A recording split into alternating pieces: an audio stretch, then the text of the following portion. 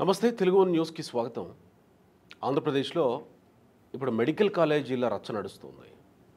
జగన్మోహన్ రెడ్డి హయాంలో 17 మెడికల్ కాలేజీలు తీసుకొచ్చి 5టిని కంప్లీట్ చేస్తే మిగతా 12లో 10 కాలేజీలు ఇప్పుడు ప్రైవేటు వాళ్ళకి దారాదత్తం చేసే పనిలో కూటమి ప్రభుత్వం ఉంది అనేది ఇప్పుడు వైసీపీ వాదన.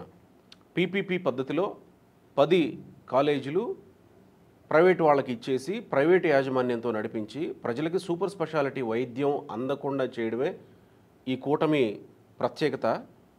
ఇంతకుముందు మేనేజ్మెంట్ కోటాలో ఇచ్చిన సీట్లు ఉంటే వాటిని కూడా మేనేజ్మెంట్ కోటానే రద్దు చేసి పూర్తిగా ప్రభుత్వం అధీనంలో ఈ మెడికల్ కాలేజీలు నిర్వహిస్తామని హామీ ఇచ్చిన ఈ కూటమి ప్రభుత్వం అధికారంలోకి వచ్చిన తర్వాత ఇలా అమ్మేసుకుంటున్నారు. పేదల పరిస్థితి ఏంటి, మెడికల్ సీట్ల పరిస్థితి ఏంటి, 2000 సీట్లు కోల్పోయే అవకాశం ఉంది అనేది ఇప్పుడు ప్రతిపక్ష వైసీపీ వాదన. మరి ప్రభుత్వం నిజంగా ఇలా చేస్తుంటే పేదలకు అన్యాయం చేసినట్టే కదా.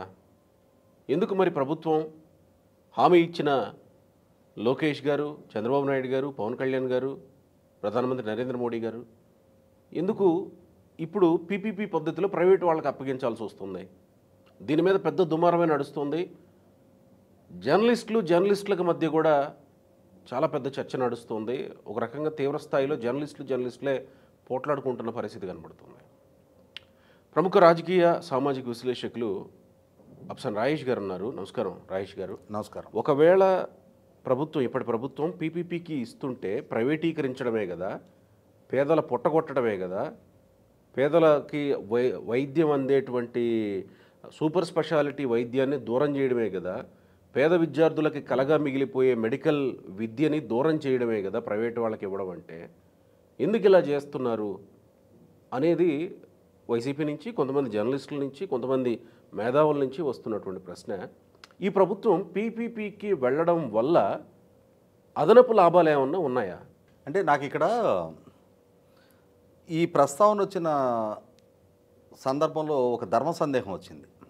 దాన్ని ఈ జర్నలిస్టులా లేకపోతే వైసీపీ పార్టీయా ఈ పేదలకి సూపర్ స్పెషాలిటీ వైద్యం అనే ప్రస్తావన తెస్తున్న వాళ్ళు దాన్ని కొంచెం క్లారిఫై చేయాల్సిన అవసరం ఉంది.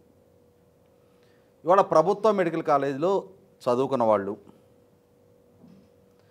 ఏ సూపర్ స్పెషాలిటీ స్పెషలిస్టు ప్రజలకు ఉచితంగా వైద్యం చేస్తున్నాడు అంటే వాళ్ళు కాదు, హాస్పిటల్స్ ఉంటాయి కదా మెడికల్ కాలేజీకి అనుబంధంగా, హాస్పిటల్స్లో వైద్యం అందుతుంది కదా అని అంటారు. మాట్లాడదాం. ఇవాళ మొట్టమొదట ఒక్కొక్క వైద్య విద్యార్థి ప్రభుత్వ రంగంలో అనాదిగా నాకు తెలిసి గుంటూరు మెడికల్ కాలేజీ పురాతనమైన మెడికల్ కాలేజీలో ఒకటి. ఆ కాలేజీలో చదువుకున్న డాక్టర్ల దగ్గర నుంచి ఒక డాక్టర్ క్వాలిఫై అయ్యి బయటికి రావడానికి ప్రభుత్వం వాళ్ళ మీద వెచ్చిస్తున్న అమౌంట్, వాళ్ళల్లో ఎంతమంది ప్రభుత్వ హాస్పిటల్స్లో పేద ప్రజల సేవ కోసం ముందుకొచ్చి ప్రభుత్వం ఇచ్చే జీతానికి కన్ఫైన్ అయ్యి వాళ్ళు బయట ప్రైవేట్ ప్రాక్టీస్ లేకుండా పేద ప్రజల సేవ కోసం ముందుకు వస్తున్న డాక్టర్లు ఎంతమంది ఉన్నారు? ఇవాళ చాలా ఖరీదు, చాలా ఖర్చు సమాజం వాళ్ళ మీద పెడుతుంది వాళ్ళు ఒక డాక్టర్లుగా అవును తర్ఫీదే బయటకు రావడానికి. కానీ ఆ స్థాయిలో ఆ వృత్తి ఈ రోజుల్లో లేదు. గతంలో కొంతమంది సోషల్ కాన్షియస్నెస్ తోటి, సోషల్ రెస్పాన్సిబిలిటీ తోటి కొన్ని ప్రాంతాల్లో 5 రూపాయలకి డాక్టర్లు జీవితకాలం వాళ్ళు వైద్యం చేశారు. ఇట్లా రకరకాలుగా కొంతమంది గురించి మనం సెలెక్టివ్గా చెప్పుకుంటాం. మనం అందరూ అలాగే చేస్తే కొంతమంది గురించి ఎందుకు చెప్పుకోవాల్సి వస్తుంది?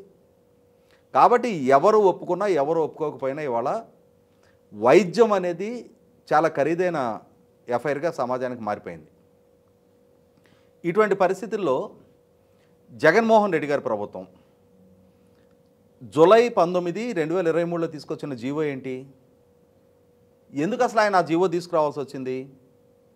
నాడు ఒక్కొక్క జిల్లాకి ఒక్కొక్క ప్రభుత్వ మెడికల్ కాలేజీ నిర్మాణం జరగాలి అని చెప్పని 17 మెడికల్ కాలేజీ నిర్మాణానికి ఆయన సంకల్పించారు.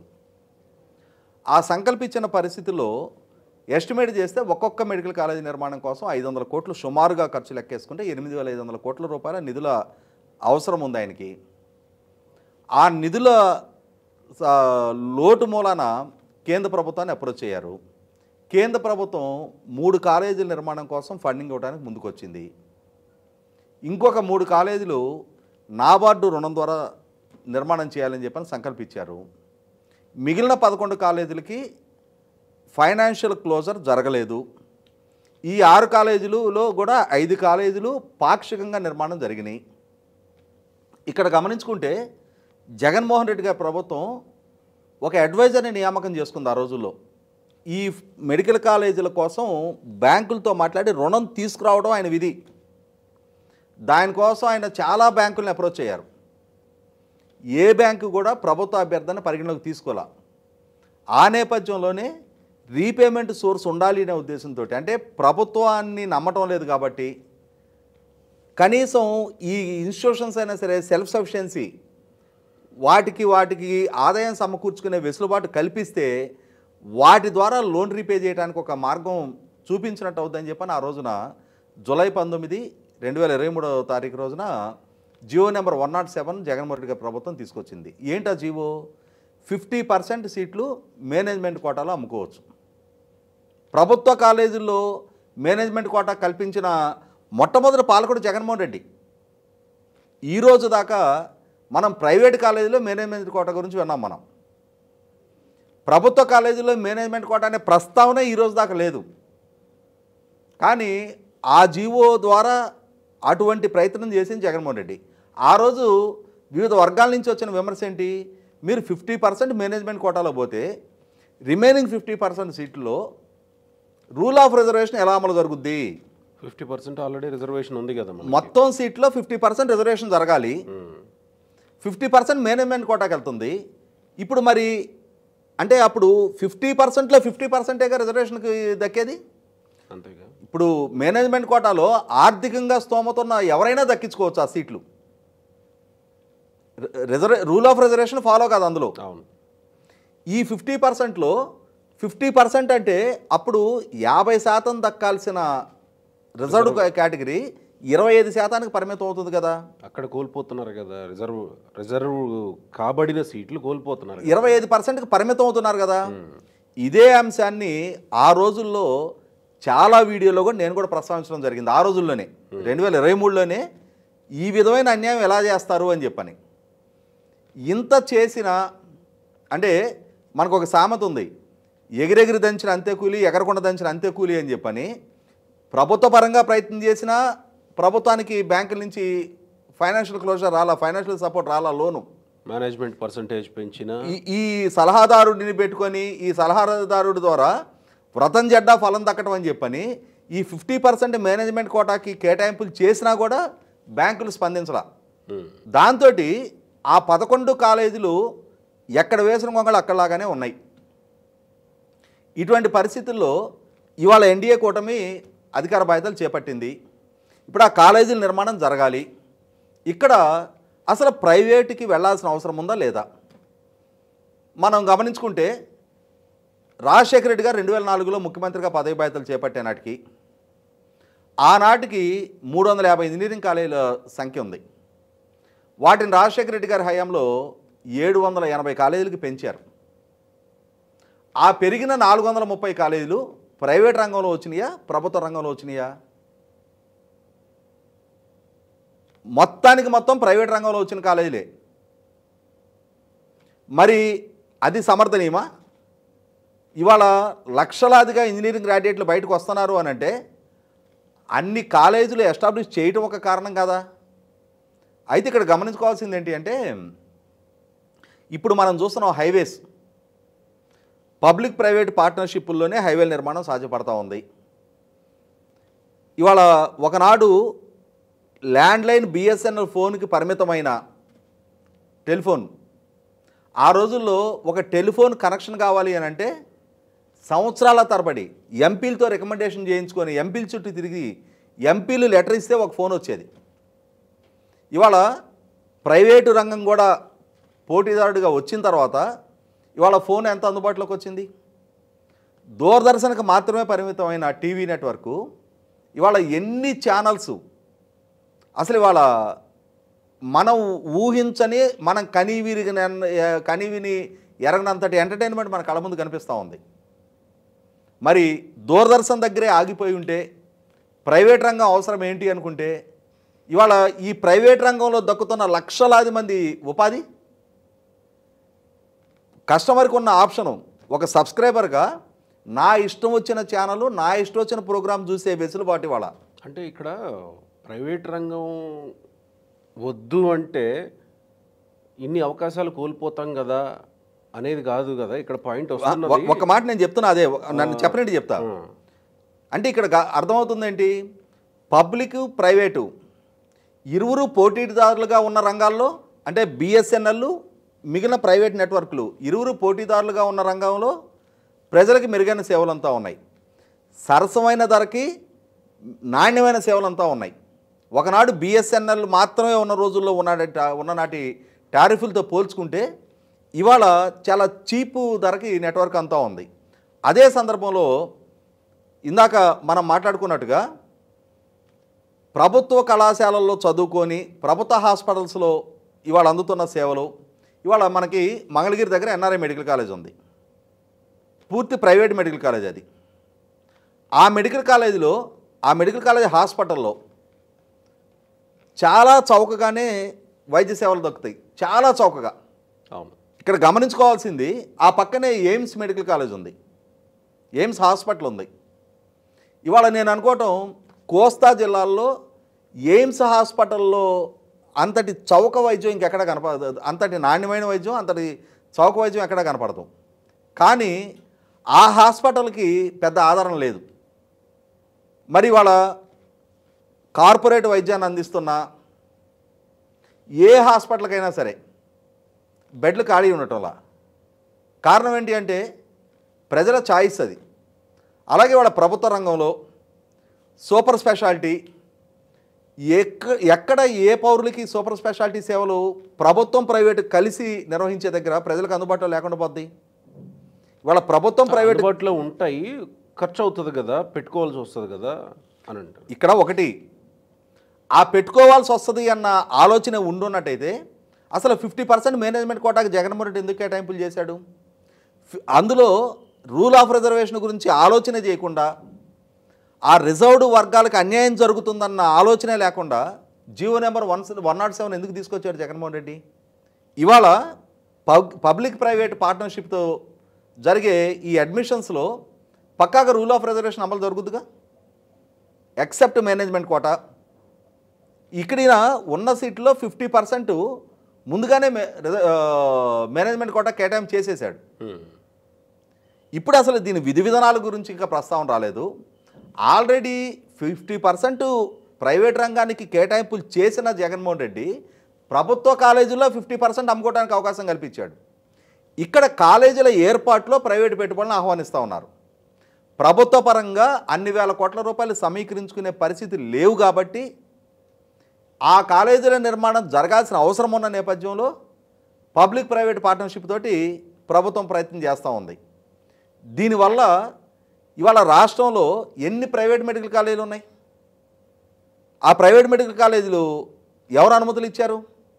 ప్రభుత్వాలు ఇచ్చిన అనుమతులే కదా. అవును. ఇవాళ ఆ హాస్పిటల్స్లో వైద్య సౌకర్యాలు కేవలం డబ్బు గలాలకు ఎంత ఉన్నాయా? ఇందాక నేను ప్రస్తావించినట్టుగానే ఎన్ఆర్ఐ మెడికల్ కాలేజీలో ప్రభుత్వ వైద్య సేవ అంటే ఆరోగ్యశ్రీ అయినా ఇప్పుడు ఎన్టీఆర్ వైద్య సేవ అయినా పూర్తి స్థాయిలో అమలు జరుగుద్ది. పేదవాడి జేబు నుంచి డబ్బులు తీసుకు పెట్టుకునే అవసరం లేదు. 100% పేదవాడికి ఉచితంగానే ఆ సౌకర్యం దక్కుతుంది మన కళ్ళ ముందు. అది పూర్తి ప్రైవేట్ కాలేజీ. ఇప్పుడు పబ్లిక్ ప్రైవేట్ పార్ట్నర్షిప్తో జరిగే కాలేజీల్లో పేదవాడి క్షేమాన్ని విస్మరించడం జరగదు, పేదవాడి వైద్య సేవలు నిరాకరించడం జరగదు. పూర్తి స్థాయి ప్రైవేట్ కాలేజీల్లోనే పేదవాడికి అతని సౌకర్యం క్యాష్లెస్ ట్రీట్మెంట్ ద్వారా అందుతూ ఉన్నప్పుడు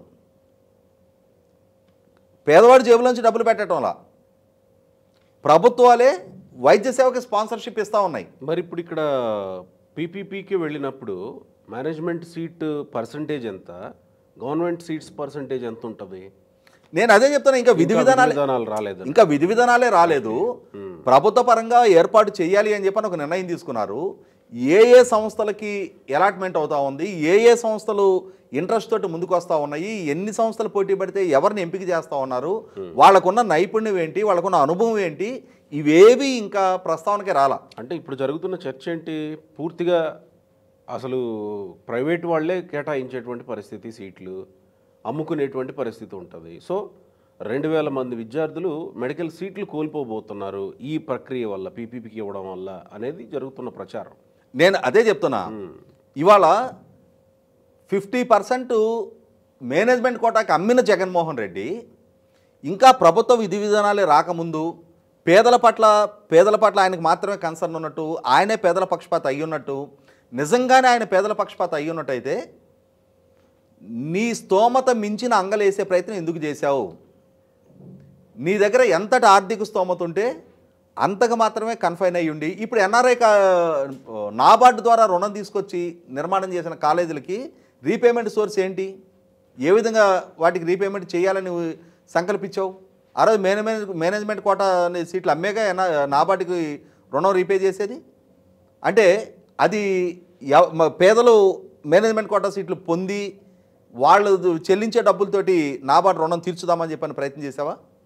ప్రభుత్వ పరంగా బడ్జెట్ కేటాయింపులే లేకుండా నువ్వు 17 కాలేజీలు సంకల్పించావు.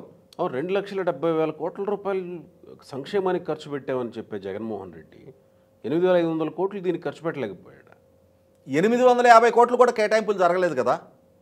8,500 గురించి చాలా పెద్ద మాట మాట్లాడుతున్నారు మీరు. 850 కోట్లు కూడా కేటాయింపులు జరగలేదు కదా బడ్జెట్లో. 2022-23 కానీ 2023-24 జగన్మోహన్ రెడ్డి గారి ప్రభుత్వ హయాంలో ప్రజెంట్ చేసిన బడ్జెట్లో ఈ మెడికల్ కాలేజీ నిర్మాణం కోసం చేసిన కేటాయింపులు ఎంత? అసలు పబ్లిక్ పార్ట్నర్షిప్ గురించి మాట్లాడే నైతికత జగన్మోహన్ రెడ్డి గారికి ఉందా? ఎందుకంటే నేను 2 కేసు రెఫరెన్సులు చెప్తా. వీళ్ళ నాయన రాజశేఖర రెడ్డి గారు ముఖ్యమంత్రిగా ఉన్నాడు. ముఖ్యమంత్రిగా ఉంటే గోల్ఫ్ కోర్స్, హైదరాబాద్లో ఉన్న గోల్ఫ్ కోర్స్ 550 ఎకరాల గోల్ఫ్ కోర్స్ అది. దాంట్లో ఏపీఐఐసికి 26% వాటా ఉండేది. చంద్రబాబు నాయుడు గారు ఎంఆర్ ప్రాపర్టీసు ఏపీఐఐసితో చేసుకున్న ఒప్పందం ప్రకారం ఎంఆర్ ప్రాపర్టీస్ వాళ్ళు దాన్ని డెవలప్ చేయాలి, ఆంధ్రప్రదేశ్ రాష్ట్ర ప్రభుత్వానికి ఏపీఐఐసి ద్వారా 26% వాటా ఇవ్వాలి. వీళ్ళ నాయన ముఖ్యమంత్రిగా బాధ్యతలు చేపట్టిన తర్వాత ఆ 26%ను 6% కుదిచ్చాడు. ఆ ఎంఆర్ సంస్థ జగన్మోహన్ రెడ్డి కంపెనీల్లో పెట్టుబడులు పెట్టింది. అలాగే ఇప్పుడు మనం మైండ్ ట్రీ అంటున్నాం కదా, మైండ్ స్పేస్, రహేజా మైండ్ స్పేస్లో కూడా 26% రాష్ట్ర ప్రభుత్వ వాటా, దాన్ని కూడా 6% కుదిచ్చాడు వీళ్ళ ఆయన. వాళ్ళు కూడా ఈయన సంస్థలో పెట్టుబడులు పెట్టారు. 26% ఉండాల్సిన రాష్ట్ర ప్రభుత్వ వాటాలని ప్రైవేట్ సంస్థలకి తెగ నమ్ముకొని వీళ్ళ సంస్థల్లో పెట్టుబడులు పెట్టించుకొని అక్రమాస్తుల కేసులు అరెస్ట్ అయ్యి జైలుకి వెళ్ళి ఆ కేసుల విచారణలో 12 సంవత్సరాలుగా బెయిల్ మీద ఉన్న అక్యూజ్డ్ జగన్మోహన్ రెడ్డి. ప్రభుత్వం గురించి, ప్రభుత్వ ఆస్తుల గురించి వీళ్ళకి బాధ్యత ఉన్నట్టు, అంతటి బాధ్యత ఉంటే రక్షణ స్టీల్స్ పేరిట బయ్యారంలో 1,40,000 ఎకరాలు ఎలా కట్టబెట్టాడు వీళ్ళ ఆయన? అంటే ఆ చరిత్రలేవి వాళ్ళ ప్రజలకు తెలియదు అని చెప్పని, ప్రజలకు జ్ఞాపక శక్తి నుంచి అవన్నీ మరుగున పడిపోయి ఉంటాయిలే అని చెప్పని ఈయనకి వాళ్ళ ప్రభుత్వము పేదల సంక్షేమం గురించి పెద్ద పెద్ద మాటలు మాట్లాడుతున్న వాళ్ళ సోషల్ మీడియా కానీ వాళ్ళ సొంత మీడియా కానీ వాళ్ళకి సపోర్టివ్గా మాట్లాడుతున్న వాళ్ళు ఎవరైనా సరే జూలై 19, 2023లో జగన్మోహన్ రెడ్డి ప్రభుత్వం ద్వారా విడుదల చేయబడిన జీవో 107 మతలబేంటో విడమతి చెప్పానండి ముందు ప్రజలకి. ఇప్పుడు పీపీపీలో వెళితే ఈ హాస్పిటల్ బిల్డింగ్స్, దానికి కేటాయించిన స్థలం, అందులో కూడా పార్ట్నర్షిప్ ప్రకారమే ఉంటుందిగా ప్రభుత్వానికి, ప్రైవేట్ వ్యక్తులకి. ప్రభుత్వ పరంగా ఆస్తులు కూడా ప్రైవేట్ వాళ్ళే అయ్యే అవకాశం ఉంటుంది. ప్రభుత్వ పరంగా విధి విధానాలు ఖరారైన తర్వాత రాష్ట్ర ప్రభుత్వ స్టేక్ ఎంత, ప్రైవేట్ పార్ట్నర్షిప్ ఎంత ఇన్వెస్ట్ చేస్తారు వాళ్ళు. దీంట్లో రేపటి రోజున రెవెన్యూ షేరింగ్ అంటే ఒకవేళ మేనేజ్మెంట్ కోటా సీట్లు ఉంటే దాంట్లో ఈ పెట్టుబడి పెట్టిన ప్రైవేటు వ్యక్తులకి ఎంత, ప్రభుత్వానికి ఎంత, ప్రభుత్వానికి ఫ్రీ సీట్లు ఎన్ని సీట్లు కేటాయింపు చేయబడతాయి, హాస్పిటల్ నిర్వహణ ఎట్లా, ఇవన్నిటి గురించి విధి విధానాలు వస్తాయి ముందు. వచ్చిన తర్వాత అందులో అసలు పేదవాడి క్షేమం అనేది గాలికి వదిలేశారు అన్న ప్రస్తావన వస్తే ఆ రోజు మాట్లాడితే అర్థం ఉంది. కానీ నాకు అవకాశం ఉన్న రోజు నేను మాత్రం ప్రభుత్వ కాలేజీలో సీట్లు అమ్ముకుంటా, నా దగ్గర స్తోమత లేకపోయినా నేను కాలేజీలు అనుమతులు ఇచ్చి నిర్మాణం చేసేసినట్టు వెలుగొండ ప్రాజెక్టు నిర్మాణం పూర్తి కాకుండానే జాతికి అంకితం చేసినట్టుగా ప్రచారం చేసుకొని ఆర్భాటంగా బహిరంగ సభ పెట్టి ప్రజల్ని ఎన్నికల ముందు వంచిన సోకాళ్ళు జగన్మోహన్ రెడ్డి ఈ 17 కాలేజీలు పూర్తి చేసేసినట్టు రాష్ట్రానికి సాధించినట్టుగా ప్రచారం చేసుకుంటూ ఉన్నాడు. అందులో 5 కాలేజీలు కూడా పాక్షికంగా పూర్తయ్యాయి. అందులో కనీసం పూర్తి స్థాయి ఫ్యాకల్టీ నియామకాలు కూడా జరగలేదు. భవనాల నిర్మాణం కానీ ఇన్ఫ్రాస్ట్రక్చర్ కానీ పూర్తి కాలేదు. కేవలం ఆర్భాటపు ప్రచారానికి పరిమితం అయ్యాడు తప్ప వాస్తవ రూపంలో ఆ కాలేజీల నిర్మాణం అనేది మోర్ దాన్ అంటే 40% కూడా పూర్తి చేయని నేపథ్యం జగన్మోహన్ రెడ్డి గారిది.